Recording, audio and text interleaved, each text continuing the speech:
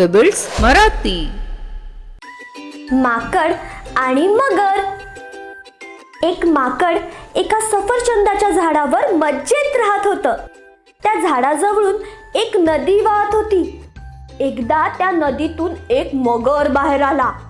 त्या मगराला खूप भूक लागली होती. मगरीने माकडाकडे सफरचंद मागितलं. माकडाने काही फळं दिली. मगरीने आनंदाने सगळी फळं खाऊन टाकली आणि बघता बघता माकड आणि मगर पक्के दोस्त झाले. मगर नदी पलीकडे जाऊन आपल्या बायकोला म्हणाला की आज मी किती छान सफरचंद खाल्ली. पण मगराची बायको खूप दुष्ट होती.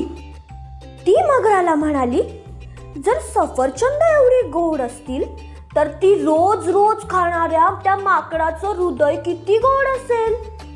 ती मगराला म्हणाली, जा आणि आताच्या आता मला त्या माकडाचं हृदय घेऊन ये. मगर विचारात पडला, पण तरीही तो माकडाकडे जाऊन म्हणाला की माकड भाऊ, माझ्या बायकोने तुला मेजवानीला बोलवलंय, चलणार आहे माझ्या बरोबर.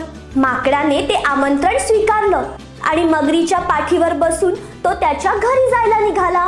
आता ते किनाऱ्यापासून खूप दूर आले होते. नदीच्या मध्यावर आल्यावर मगराला राहावलं नाही. त्याने माकडाला सगळं खरं खरं सांगून टाकलं. माकड खूप हुशार होतं.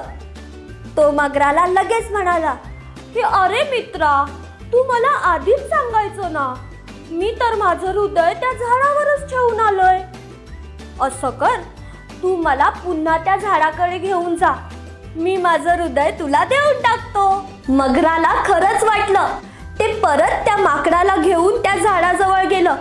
झाड जवळ येताच माकडाने टुनकर झाडावर उडी मारली आणि मगराला म्हणालं, अरे मगरा, जा तुझ्या त्या बायकोला सांग, तुझा नवरा या जगातला सर्वात मूर्ख प्राणी आहे.